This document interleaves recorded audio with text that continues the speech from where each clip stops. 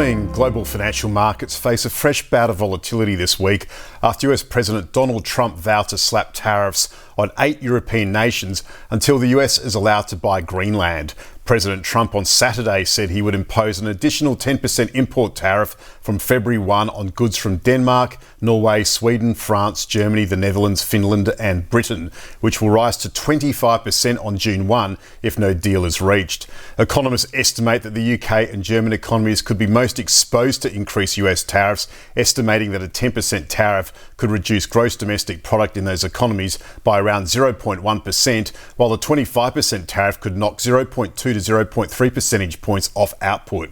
Wall Street indexes ended with modest weekly losses on Friday, despite strong earnings in technology and banking stocks, while the US dollar stood firm near a 6-week high as US President Donald Trump suggested he might not name his expected candidate, a rate-cutting advocate, as the next US Federal Reserve chair. At the close of trade on Friday, the 30-stock Dow Jones Industrials Index fell by 83 points or 0.2%.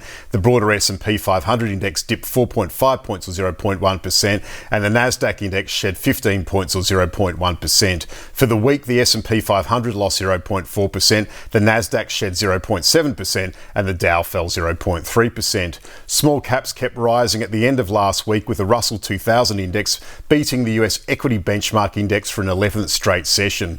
The smaller companies index hit a record high, edging up 0.1% and gaining 2% for the week. The three major US equity indexes hit their session lows on Friday after President Trump praised economic advisor Kevin Hassett at a White House event and said he may want to keep him in his current role, denting market expectations he would succeed US Federal Reserve Chair Jerome Powell. US Treasuries dropped across the curve as traders slightly dialed back expectations for Fed rate cuts this year. Investors were also cautious of making big bets ahead of the long weekend, with the stock market shut on Monday for the Martin Luther King Jr. holiday. Healthcare shares slid 0.8% and led declines for the day among S&P 500 sectors, with West Pharmaceutical Services down 7%, marking the stock's worst day since April. US President Trump's push to accelerate the construction of power plants to support AI data centres sparked a sharp rally in energy equipment makers, while weighing on existing power producers amid investor concerns that the White House could cap electricity prices, potentially affecting long-term contracts. Shares of GE Vernova surged 6.1%, while electricity generators Constellation Energy and Vistra plunged 9.8% and 7.5% respectively. The real estate sector led Friday's gains, ending up 1.2%. Regency Centres stock added the most since August, up 2.3%, after being named a top pick at Morgan Stanley. Shares of chip makers rose, with an index of semiconductors gaining 1.2%. Shares of Micron Technology climbed 7.8% after board member Mark Liu revealed in a securities filing that he bought $7.8 million worth of stock at market prices. Supermicro Computer soared 10.9% to the top of the S&P 500 index. Big US banks posted mostly solid results over the week as the S&P 500 reporting period got underway. Still, shares of banks and other financial institutions have been pressured by worries over Trump's proposed one-year cap on credit card interest rates at 10%.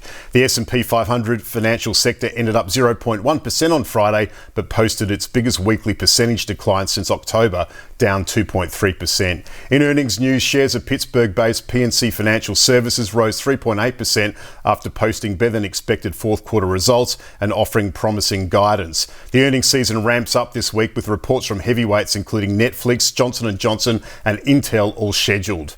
US government bond yields climbed on Friday as traders trimmed their expectations for 2 US interest rate cuts in 2026, as market implied odds ramped up that Kevin Warsh will be nominated to lead the Fed.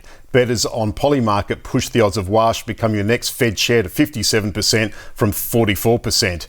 As a Fed governor from 2006 to 2011, Warsh called for higher rates even in the depths of the global financial crisis, warning often of impending inflation, a concern he reiterated as recently as last year. He subsequently became a supporter of lower borrowing costs, however. He's seen favouring keeping the US central bank narrowly focused on its mandate. Markets are betting on a 20% chance of a rate cut in March, down from roughly 50% a month ago. US economic data on Friday showed headline industrial production jumped 0.4% 4% in December, with the bulk of the monthly gain driven by utilities. A separate report showed the National Association of Home Builders Housing Market Index fell 2 points to 37 in January, remaining below the 50 break-even point for 21 straight months, as affordability concerns stymied potential buyers and rising costs dented construction activity. Taken together, the Atlanta Fed's GDP Now model estimates that the US economy expanded at a robust 5.3% annualised pace in the fourth quarter. The US 10-year Treasury yield rose 7 points to 4.23%, and the US 2-year Treasury yield lifted 3 points to 3.59% on Friday. For the week, both 10-year and 2-year yields were up about 6 points. On commodity markets, global oil prices settled higher on Friday as some investors covered short positions ahead of the Martin Luther King holiday weekend in the US and lingering worries about a possible US military strike against Iran.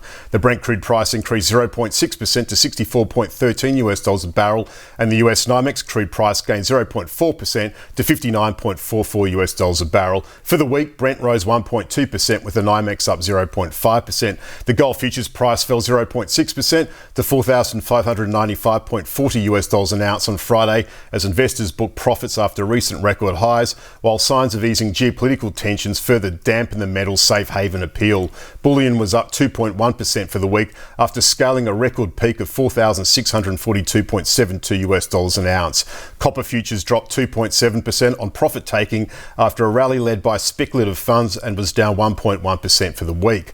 Iron ore futures slipped 0.2% to $107.15 a tonne as high prices and slim margins deterred buying in China. The steelmaking ingredient lost 0.8% last week. According to the latest SPI futures, the Australian share market looks set for a flat start to the week on Monday.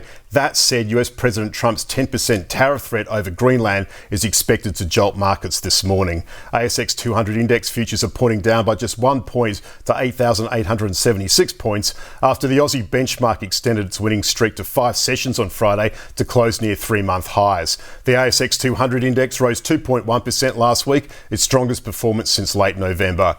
In Australia on Monday, the Melbourne Institute monthly inflation gauge for December is scheduled. Headline inflation is expected to increase 0.2% in the final month of 2025. China's economy likely capped 2025 with its weakest quarterly growth in 3 years, exposing a lopsided reliance on exports over consumption that is set to extend into the coming months. Gross domestic product, or GDP, likely gained 4.5% in the fourth quarter from the same period a year prior, according to the median prediction of economists in a Bloomberg survey. That would be the lowest since the reopening from COVID lockdowns. CommBank economists expect full year 2025 growth of 4.9%, matching Beijing's annual target.